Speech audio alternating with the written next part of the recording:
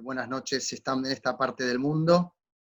Es para mí un gusto poder compartir con ustedes este espacio desde Israel en el que podemos conversar sobre la situación actual, contemporánea del mundo en relación al COVID-19 o lo que llamamos comúnmente el coronavirus. Y el tema de esta conversación es frenando, ¿cómo lo llamamos? Frenando el coronavirus. Y creo que la palabra frenar refleja mucho de forma metafórica el gran desafío que representa la epidemia o la pandemia del coronavirus. Porque cuando uno piensa en el acto de frenar, ¿no? Lo primero que se nos viene a la cabeza es el tema de, bueno, un carro que frena, y un carro que frena frente a un obstáculo que no esperaba ver en el camino.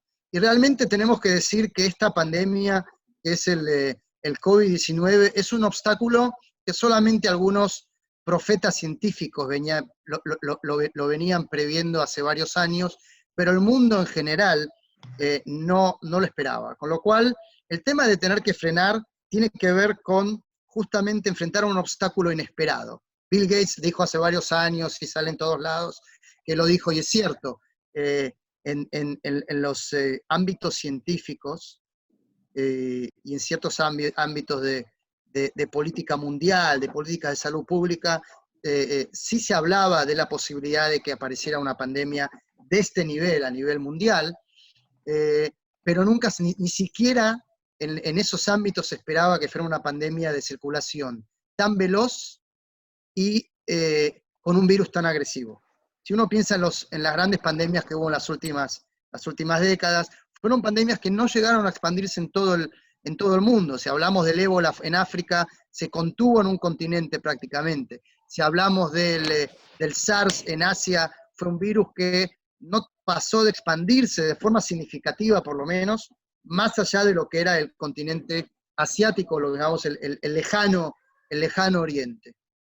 Y esta es una pandemia que nos obligó a prácticamente hoy en día 2/3 de la humanidad, y hace 2 semanas decía un poco menos de la mitad, y hace 3 semanas cuando hablaba en conversaciones como esta decía 1/3. Ya hoy decimos 2/3 de la humanidad está en este momento en su casa, sí sigue las normas, por lo menos la gran mayoría que sí siguen las normas de cuarentena para evitar la propagación de la epidemia.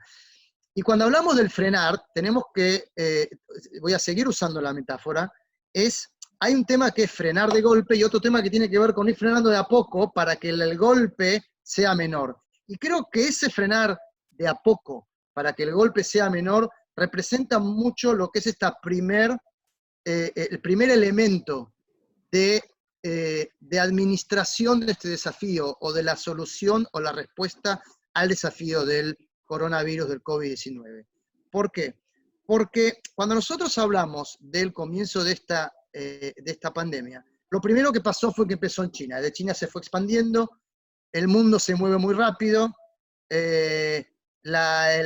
hoy en día, por suerte, tenemos el Internet que se mueve muy rápido, que nos permite tener estas conversaciones. Pero si se acuerdan, hace varias semanas nos movíamos muy rápidos en aviones, que ya están parados. Pero los aviones que nos movíamos nos permitían que si salió de China, circuló, se cruzó, empezó a viajar a un lugar hacia otro, de un lugar entró, pasó a otro, el que aterrizó en Italia, de Italia voló a otro lugar, y ya voló a Nueva York, llegó a Nueva York viajó a Argentina, y de Argentina viajó a Brasil, y así se expandió y así llegó a todos lados. Con lo cual, lo primero que hubo que hacer, que cada país lo fue haciendo a un ritmo diferente, y también uno ve los resultados diferentes según las decisiones que tomaron distintos gobiernos, no solamente en distintos tiempos en el calendario, en distintos tiempos en la posibilidad de contagio, cuando tomaron decisiones de cerrar fronteras, de una forma o de otra, más herméticas, un poco menos herméticas, con excepciones, sin excepciones, enviando a la gente que iba llegando a cuarentena o no enviándola, digamos, cada uno con su modelo, pero primero fue el tema de la contención geográfica, es decir, bueno, cerremos para que no entre más, que el virus quede afuera y lo que está adentro podamos contenerlo. Y entonces pasamos después a lo que es la epidemia comunitaria, que es una vez que cerramos y ya el virus no va a entrar por la puerta porque la puerta la cerramos, bueno, el virus está adentro, y cómo logramos que de adentro no pase de uno al otro. Y ahí es que entran todas las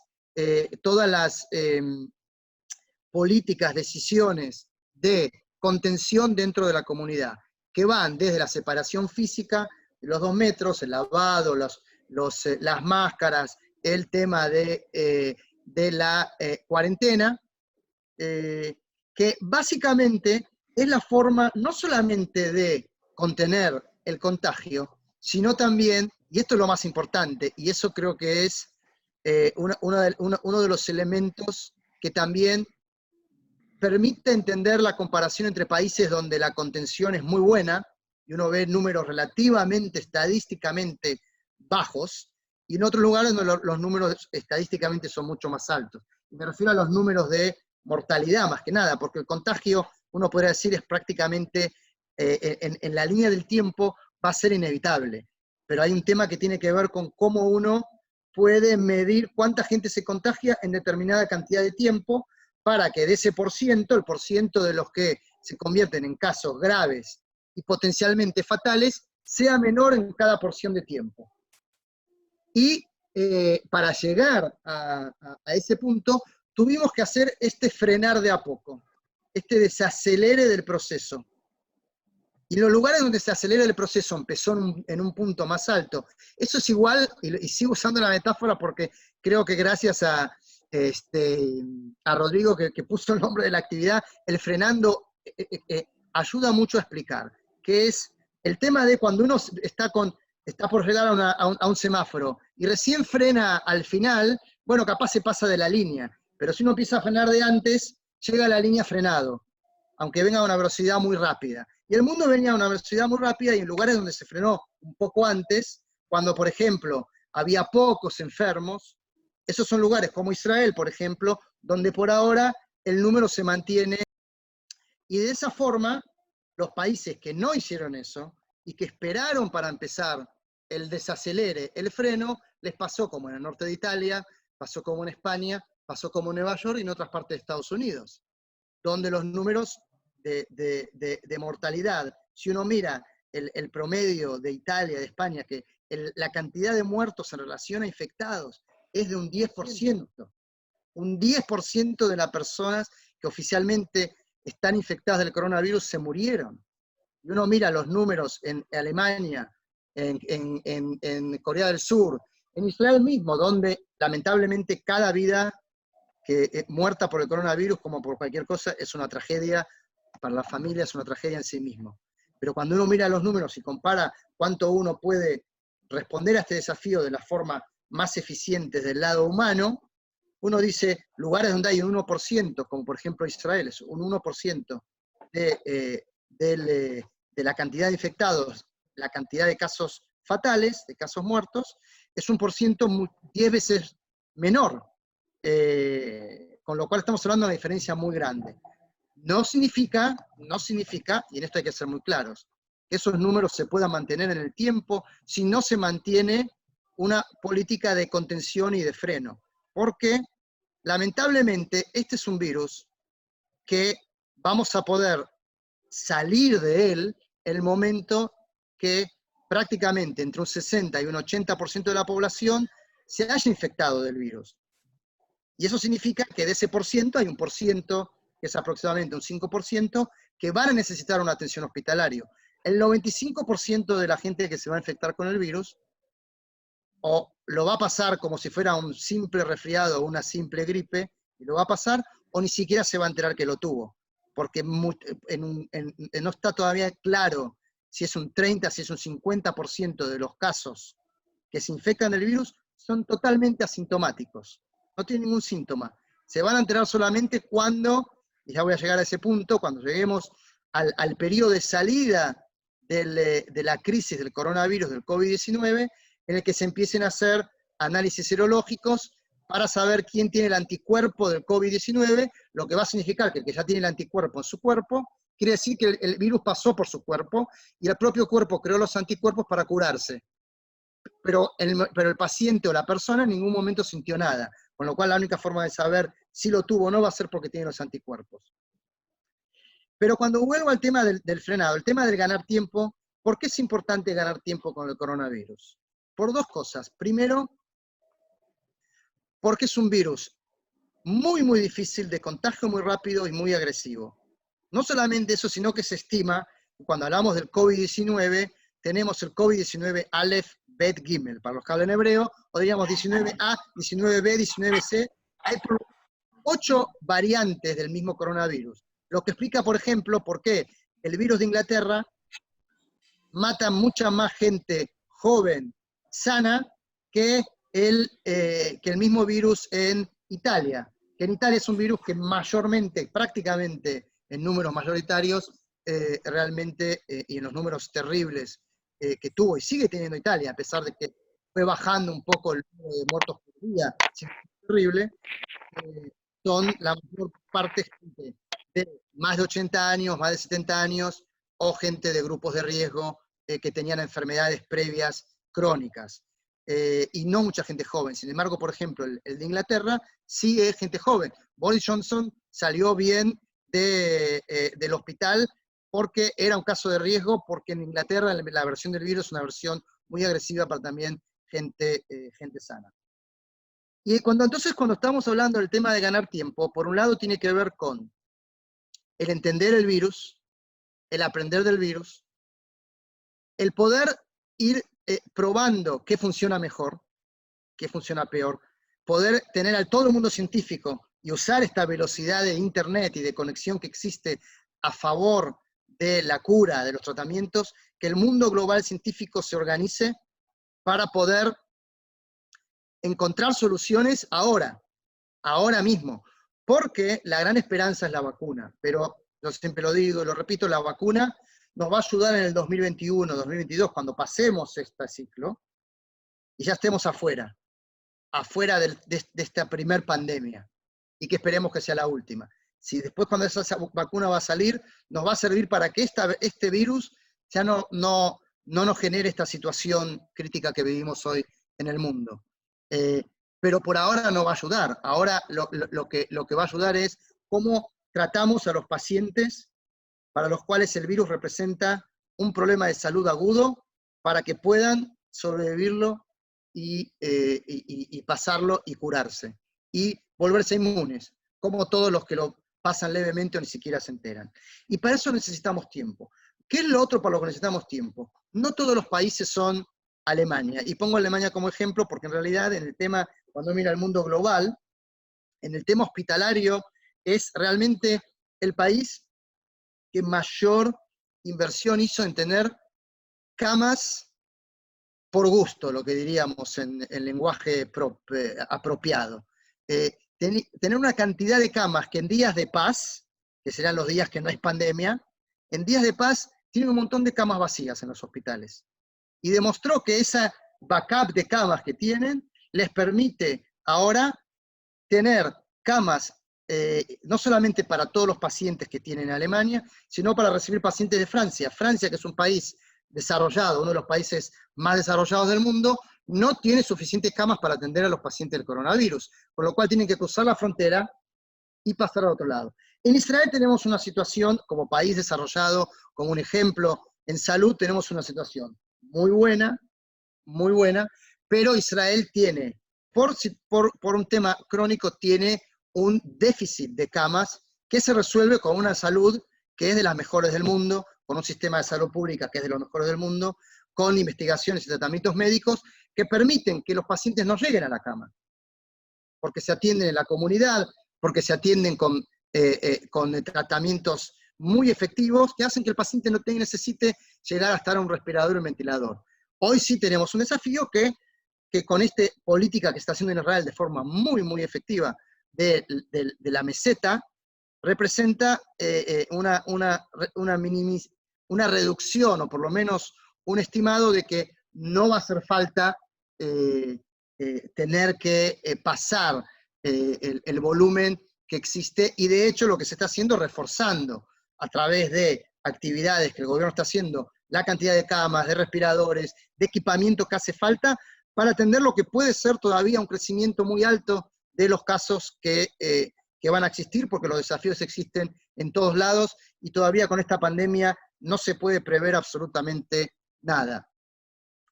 Y cuando hablamos del tema del ganar tiempo, tiene que ver con, como dije, con cómo encontrar los tratamientos y las terapias que sean las más efectivas. Y en esto hago lo que se dice en inglés un disclaimer, que es una nota de precaución. Una nota de precaución. Que la nota de precaución es la siguiente. Y desde el lugar en el que yo estoy trabajando con Adasa de director de la actividad internacional, que incluye también todo lo que hacemos desde Adasa para ayudar al mundo y ver cómo podemos ayudar a instituciones de salud, gobiernos, comunidades, todos los días ese trabajo de la mañana hasta la noche que estamos haciendo y que tengo el honor de estar dirigiendo y de poder hacer algo en este momento de impotencia, poder hacer algo para ayudar en donde se pueda. Y una de las cosas que veo siguiendo prácticamente la actividad global con el tema del coronavirus es que salen todo el tiempo mensajes mesiánicos. Alguien encontró la gran fórmula que va a resolver a todo el mundo. Alguien encontró que el hidrocloroxiquín es la medicina, es la panacea, presidentes lo dicen, científicos lo dicen, y que eso va a salvar a todos los enfermos del coronavirus.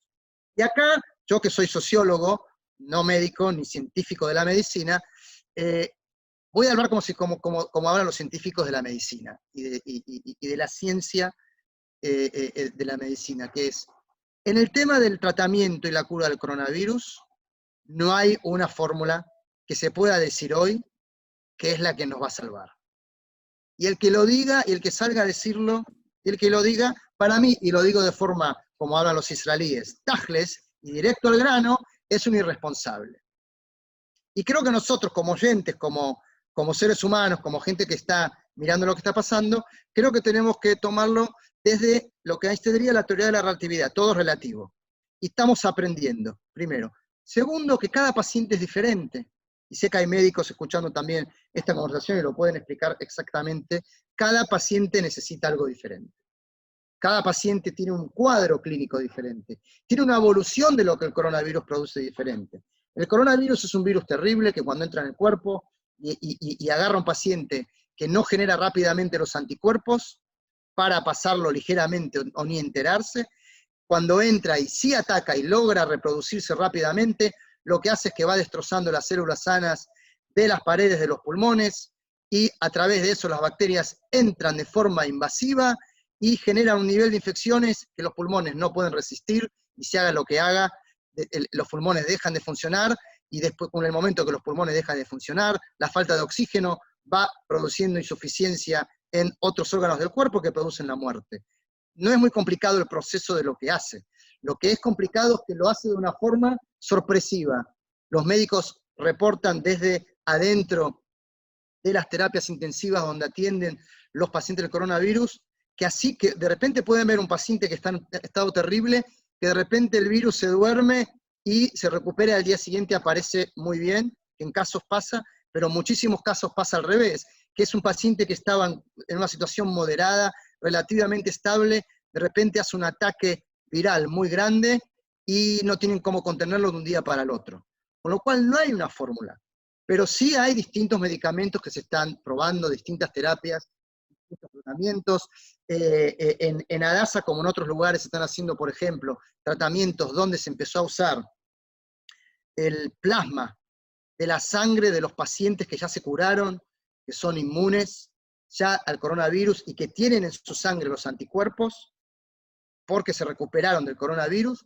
Se hace un plasma que se está empezando a experimentar en usarlo en los pacientes graves, para inyectarles estos anticuerpos, que es de otro cuerpo, que ya esto es invasivo, de otra persona, los anticuerpos, para poder combatir y ver si eso sí genera los propios anticuerpos en el cuerpo del paciente que está muy grave. Este es un ejemplo. Uno que es actual del día de hoy, que se anunció, lo anunció el director de investigación de Adasa, el profesor Eyal Millani, donde anunció que empezaron hoy una experimentación en pacientes de coronavirus en Adasa con un medicamento que se usa para otras enfermedades, que se consiguió la autorización para experimentarlo en pacientes, no los graves, sino justamente pacientes moderados que están en hospital, pero que pueden dar el salto a ser casos graves, se va a empezar a usar un medicamento que lo que hace es, tiene una enzima que hace algo increíble, que si se demuestra que va a ser una solución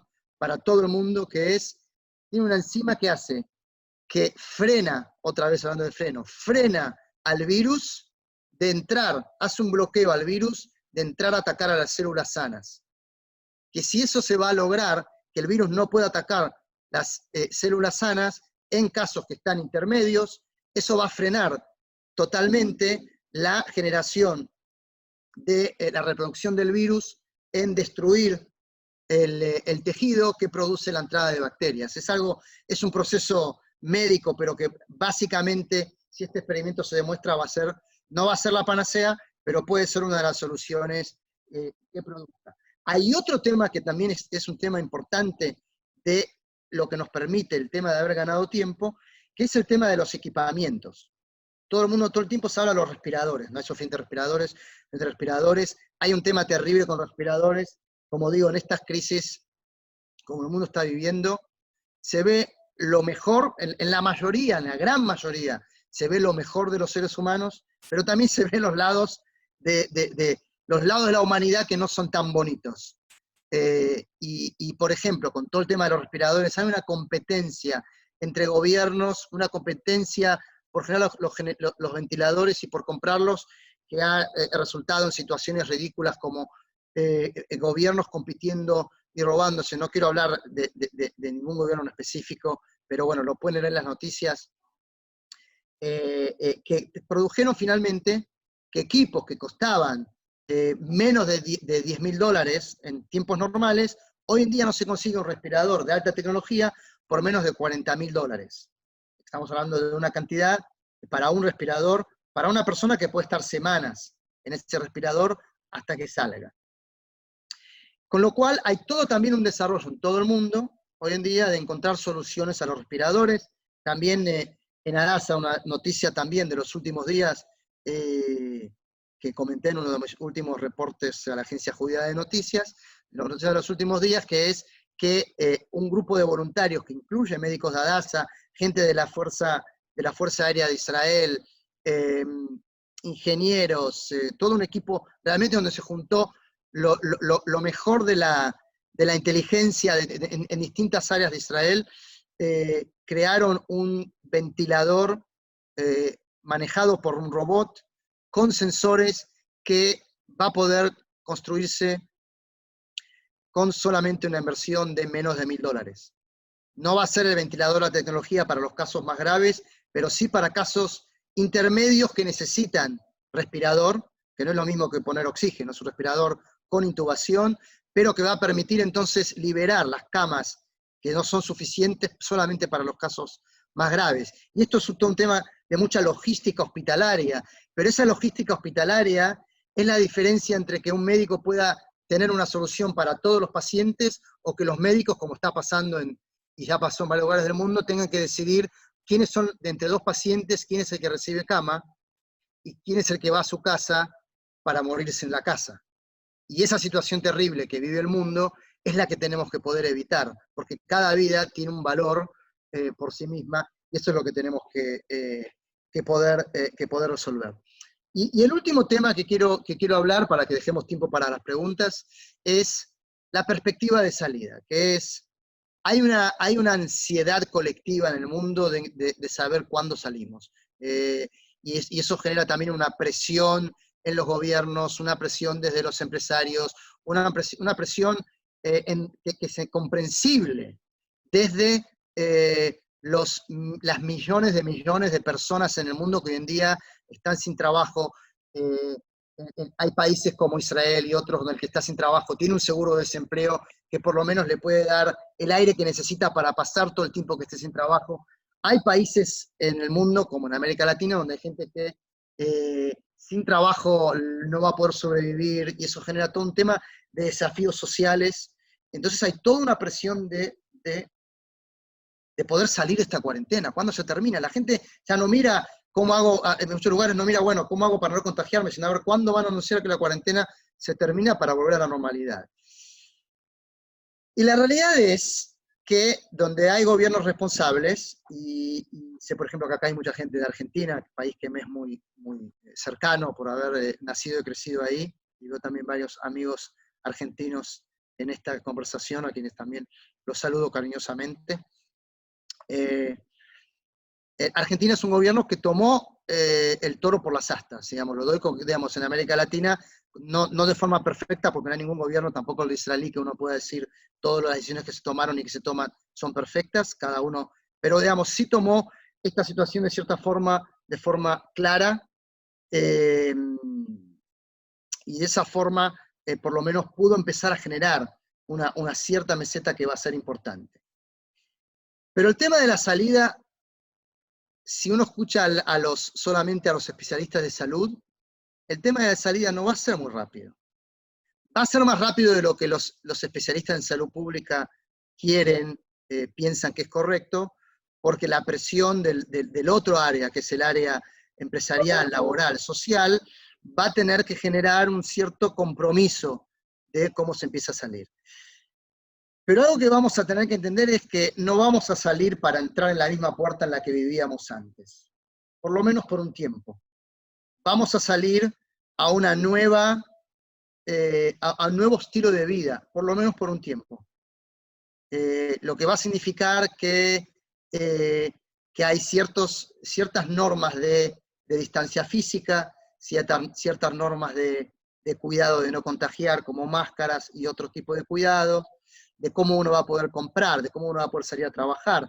Va a haber turnos, va a haber espacios verdes y espacios rojos. Lo preví hace varias semanas que íbamos a empezar a hablar desde el punto de vista sociológico de la creación de 3 espacios. Hoy en Israel, ya en los medios se empieza a hablar de qué es lo que el gobierno de Israel está considerando, que es la creación de espacios rojos, que es donde la cuarentena por niveles altos de infección se tiene que mantener de forma estricta, espacios de luz amarilla, que es espacios donde estamos en el medio, hay que todavía tener más cuidado, y espacios verdes, que son pueblos, ciudades, donde no hay infección, donde el nivel de infección es muy, muy, muy, muy, muy bajo, se va a empezar a liberar un poco la actividad, pero mantener esos espacios, lo que llamamos espacios verdes, espacios donde uno puede salir de cierta forma, tener cierto tipo de vida, separados del resto. En el momento que hay comunicación entre un espacio de alta infección, un espacio de infección baja, la infección vuelve. De hecho, en Japón se cerró la epidemia en varias ciudades y una de las malas noticias de las últimas 24 horas, en Japón es el primer lugar donde tenemos segundo epidemia en lugares donde ya la epidemia se había contenido, por haberse relajado y haber abierto nuevamente las puertas, y hoy en día se habla de la segunda epidemia. Pero va a haber una salida, y finalmente vamos a encontrar una vacuna, y la vacuna va a permitir que sí se recupere una nueva normalidad, pero otra vez con un mensaje de precaución, que es el mundo va a tener que cambiar, por lo menos en lo que refiere a cómo estamos preparados para que esto pase. No nos puede agarrar otra vez frenando de a poquito para que no choquemos. Vamos a tener que estar preparados para manejar carros, metafóricamente, y autos que no choquen con estos problemas. Hay temas claros de salud pública, hay temas claros de diferencias sociales, hay temas claros de infraestructura hospitalaria, hay temas muy claros que vamos a tener que replantearnos para que la próxima que esto nos agarre, porque no va a ser la última vez, la próxima vez que esto nos agarre, estemos mucho mejor preparados para contenerlos sin tener que estar pegados al Zoom para comunicarnos unos con los otros. No me escuchan. Bueno, muy bien. Jorge, muchísimas gracias. Ha sido muy esclarecedor. Tenemos preguntas, por supuesto. Vamos a empezar con ellas. La primera pregunta es de Cecilia Ode, que pregunta: ¿cuándo usted cree que Israel reanudará la vida social, económica y cultural? Creo que lo has dicho en algún punto. Yo te digo las preguntas, tú después las contestas. Las voy respondiendo. ¿Sí? ¿Quieres todas juntas o quieres de a Una una? por una. Una por una, no, Una por una. una. Sí, respuestas cortas, una por una. Bien. Como dije hace un minuto, la vida social, cultural, económica va a ir retornando en cada país en distintos momentos, pero hay que entender que no va a retornar, va a refrescarse. Es como no es un reset como hablamos, es un refresh nuevo. Vamos a pasar a una versión diferente. La vida cultural va a ser diferente. Por ejemplo, lo último que va a retomar, por ejemplo, son los grandes eventos masivos, tanto sea deportivos como culturales. Eventos masivos, grandes conciertos, lugares de concentraciones masivas. Mi pronóstico, esto es un pronóstico, otra vez, no me tomen la palabra porque en esto cada uno es la opinión, no es la panacea, pero va a tardar por lo menos un año, no vamos a ver participación de público en grandes eventos masivos. Eso no va a pasar. Sí habrá fútbol para los que extraen el fútbol, pero como está empezando a planear Alemania, que ya anunciaron hace 2 días, que la liga alemana va a ser la primera liga de Europa, están planeando de forma muy contenida y con mucha protección y testeando a los jugadores que haya partidos de la liga de fútbol sin público, pero que la gente los pueda ver por televisión. Pero también eso está en duda. Para que la gente vuelva a eso va a pasar mucho tiempo. La actividad económica va a tener que retomar de forma muy controlada y manteniendo el riesgo, con lo cual quiere decir, se va a abrir un poco, que la gente retome, cuando se vea que otra vez la infección sube a niveles que están perdiendo el control, se va a dar para atrás. Vamos a estar en esa ida de vuelta. No va a haber un momento que se pueda decir en las próximas semanas, en los próximos pocos meses, que alguien pueda decir, se acabó, ahora sí, volvemos a la vida que teníamos antes. No, va a haber un ida de vuelta, un control, y creo que es importante saberlo. Yo digo, una de las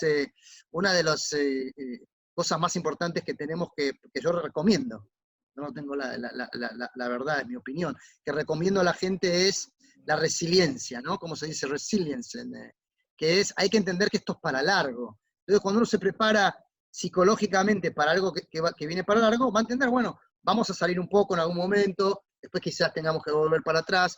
Entonces uno se va reorganizando la vida para entender que, bueno, esta vida es un nuevo estilo de vida.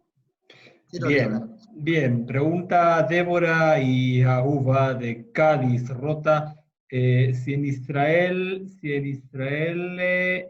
también prueban con los tratamientos de malaria. Sí, bueno, los tratamientos de malaria también se prueban, pero básicamente, como dije antes, es uno de los tratamientos que se usa, que sí resulta efectivo en algún tipo de pacientes, pero no en todos los pacientes. Hay pacientes inclusive para los que puede ser contraproducente. Antes de ir con las preguntas del público, yo tengo una, que no menos importante, es ¿Israel influyó realmente en gobiernos, como se dice? O sea, ¿hubo una influencia de Israel o de Hadassah o en general sobre decisiones que tomaron otros gobiernos? ¿Sabes Bueno, de esto? Sí, o sea, Israel tiene distintos canales abiertos con gobiernos Hadassah. Nosotros tenemos gente muy influyente en nuestra red de contactos en todo el mundo, especialmente en lo que tiene que ver con salud. Y a partir de ahí se han establecido, sí, muchos asesoramientos. Hay mucha colaboración en temas de desarrollo de terapias y de investigación. Por ejemplo, el ejemplo que di de lo que llamamos el respirador de bajo costo, que se está desarrollando en Israel. Ya hay 25 lugares en el mundo que están en contacto con Israel para desarrollar eso mismo, porque lo bueno que tiene este prototipo, y esta es la magia, y creo que esto es lo que representa lo que es Hadassah, otros, Israel hacia el mundo, que es, este grupo se organizó no como una compañía para hacer negocio, es un grupo voluntario que armó lo que se dice en el lenguaje tecnológico, un open source, tiene un código abierto, tiene un algoritmo abierto, tiene acceso a la gente por internet, que puede agarrar todas las especificaciones y en unos pocos días y con unos pocos cientos de dólares construir en el lugar del mundo que tienen, sin tener que pagarle a nadie por patente ni por nada, pueden construir un ventilador que por lo menos puede dar una solución temporal antes de que los casos lleguen a ser casos agudos. Y eso creo que es un modelo muy, muy interesante. Bien, me preguntan, bueno, acá sobre el científico Rold de Marsella, si usted piensa que el tratamiento que propone el científico Rold de Marsella es efectivo, si es que lo conoces. Sí, conozco el caso, y esto él es conocido como el gurú del hidrocloroxiquín. Okay. Otra vez, la opinión del mundo científico es un caso muy controversial, porque otra vez, él propone que esa es la solución a todos los casos, y bueno, es uno de los medicamentos que en algunos casos funciona. Vivi de Argentina pregunta si en Israel se está analizando también los efectos en los vacunados por la BCG. Sí, y se considera como en todos lados que los que están vacunados con la BCG, por tener un fortalecimiento del sistema inmunológico general, tienen posibilidad de pasar mejor el coronavirus. Lo que pasa es que cuando uno ve los grupos de riesgo más altos son los que tienen enfermedades crónicas y los que son ya de una edad más avanzada, a los cuales el tema de tener la BCG o no les hace mucha diferencia. Sí para el resto de la población. Patti de Chile pregunta si se ha probado con la nebulización de suero hipertónico. Estoy leyendo chino, discúlpenme. Sí, Es una tú pregunta sabrás decirme. tendría que referir, es un tema muy específico, tendría que referir a los médicos y lo vamos a anotar. Ok, la medida que se había tomado durante la epidemia de influenza, se criticó, pero fue efectiva. ¿Funciona actualmente la medida que se había tomado durante la epidemia de influenza? ¿Qué medida? Me preguntan la medida que se tomó durante la epidemia de influenza, se criticó, pero fue efectiva. Es una pregunta que me la hace... No está claro. La paso, no está claro. Bueno, hay muchas preguntas, muchísimas preguntas, y nosotros ya nos quedan 3 minutos. En tiempo de descuento. Lo que les puedo decir para felicidad de todos, que van a poder recuperar esta charla, porque esto se va a publicar. Yo les voy a dejar aquí en el chat, les dejo en primer lugar la página nuestra de internet. Tienen aquí, también les dejo un link para que se unan a nuestra lista de distribución por WhatsApp, para enterarse de estas charlas y otras, y bueno, para también, si desean recibir la grabación o saber cómo se puede ver esta charla nuevamente, me escriben también o por WhatsApp o por mail a la dirección que les estoy escribiendo en pantalla, rodrigo.wzo.org.il. Todo el mundo te agradece, desde todas partes del mundo, desde España, tenemos muchos españoles, les agradecemos mucho a todos por las preguntas, muchos catalanes también, de Cataluña, que lo ponen específicamente, así que lo especifico. Así que les agradezco muchísimo a todos, y especialmente a ti, Jorge, por brindarnos de tu tiempo y de tus conocimientos. Y nosotros nos volvemos a ver el próximo 21 de abril. En la próxima charla tenemos un testimonio de la madre de una soldada fallecida, el 21 sobre Yom HaShoah, una película inédita que se estrena, es una actividad que hacemos en conjunto con Yad Vashem. Eso pasa el día 21 de abril. Y para las próximas charlas que tenemos el 23 y el 27, tenemos el 27 con Marcelo Birmacher, una charla acerca de la memoria y la distancia. También pueden enterarse por los canales que he mencionado. Les agradezco mucho por su participación. Gracias a todos. Erev Tov, Chag Sameach, no nos olvidamos, Moadim Lesimcha, Chag Pesach Sameach.